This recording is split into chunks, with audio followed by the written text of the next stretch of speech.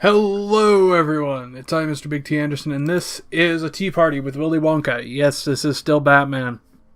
We'll get there. Anyway, fanfiction and art aren't mine. This fanfiction is done by Mephiles454. As always, I'm recording before I pick the art because I'm behind again. What can you do? Anyway, if you've noticed, they will have credit in the title as well as links down below. So if you enjoy the stuff, please check out both the artist as well as the fanfiction writer. That would make my life much more happy. Thank you. Anyway, let's begin. Jonathan Crane knocked on the door to the Mad Hatter's haberdashery, his foot tapping impatiently on the cobblestone sidewalk, his arms crossed, an impatient scowl on his lips. He was in disguise today, a red fake mustache taped between his nose and lips, snap-on sunglasses covering his own, and a gray trench coat covering his costume from prying eyes. This had better be good, he thought grouchily, waiting for the Hatter to answer the door. He had just been on the verge of a breakthrough in providing a new, more potent form of his fear toxin, when he was snapped out of his concentration by the loud ringing of the emergency phone he kept in his lab. When he finally picked it up, he could barely understand what the Hatter was saying. He was talking so fast. What he could make out, however, once he had gotten his bearings again, was that he had a surprise to show him. The door opened, and out popped the head of Jervis Tetch, the Mad Hatter himself, grinning excitedly as the Master of Fear, his smile wider than Cheshire's. "Ah, Marcher, you finally arrived. Come in, come in," he said hurriedly, practically pulling the tall man inside as he shut the door with an excitable slam. "All right, Tetch, you'd better have a really good reason why you called me down here," Crane growled. The Hatter's eyes glittered with excitement, hopping up and down on his feet "Oh, I do, my dear friend, I do indeed. And now with you here, the party can finally start." Taking his arm, he dashed towards the back of the room, yanking Crane along with him. Scarecrow yelped, "Jervis, slow down!" trying to keep himself from falling on top of the smaller man, as the two made their way down below, finally coming up to a set of double doors. With a flourish, the Victorian-dressed man flung them open. "Ta-da!" he exclaimed, gesturing towards the elderly man sitting at the tea table. He had curly white hair, a bit untidy from his sudden kidnapping. His face had several wrinkles near his eyes and forehead, betraying his advanced age. Kind sky-blue eyes peered quizzically at the eccentric top-hat-wearing man, his gnarled hands gripping the white teacup tightly, despite that his arms were bound with rope right up to his elbows. Crane raised an eyebrow at his friend's exaggerated antics.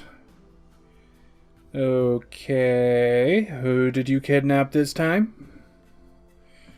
Jervis looked shocked, as if the man had just slapped him. "Don't you know who this is?" "No. Should I?" Jervis's excited smile was back. He dragged his friend towards the table. "Jonathan, I would like you to meet my childhood idol, Mr. Gene Wilder," he shouted, gesturing once again to the man, who looked quite nervously at the two as he sipped at his tea.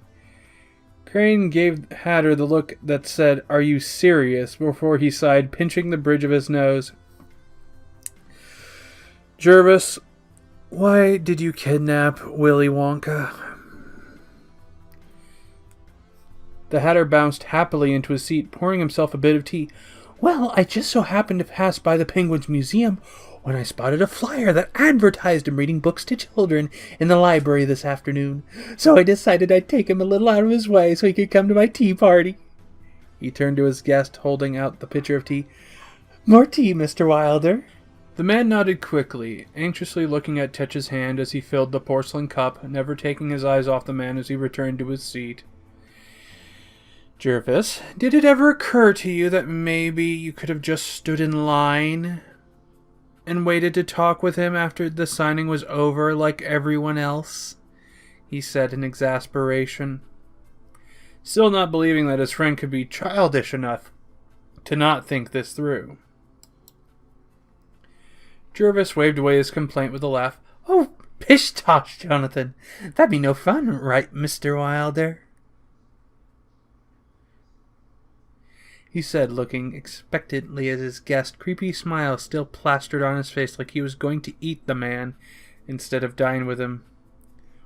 He nodded quickly, letting out a soft right, as Jervis turned away, silently pleading with the man across from him to free him from this madman.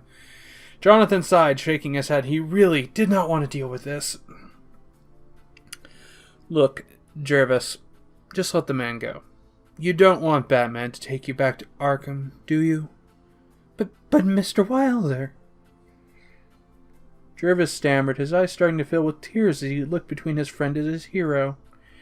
And you don't want to disappoint all those kids, do you? Jervis looked down. No, but...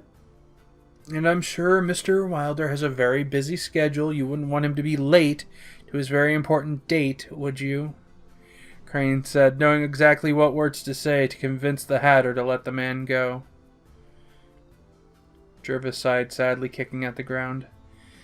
All right, I guess you have a point. I'll let him go.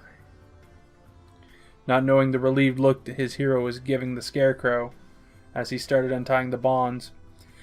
But can I ask him something before he goes? That's up for him to decide. Jervis turned expectantly to his idol, pleading, and looking from Hatter to Scarecrow. Wilder could only let out a sigh and nod.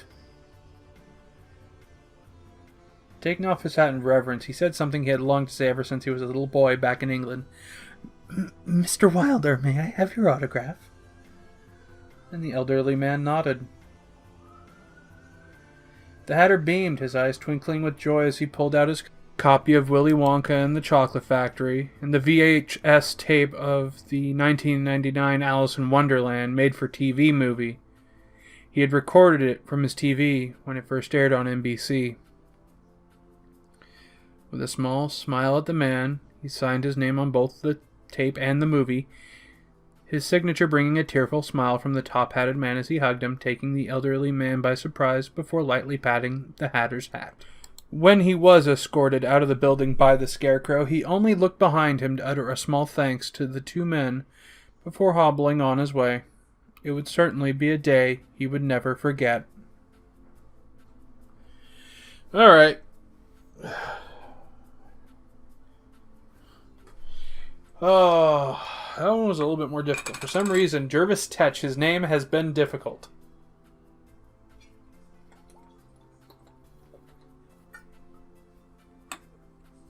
So, if you enjoy what I'm doing, you know what to do. If you like what these guys are doing, you know what to do. If you don't know what to do, hit some links, hit some follows. It's the internet. That usually makes people happy, and it's free to do.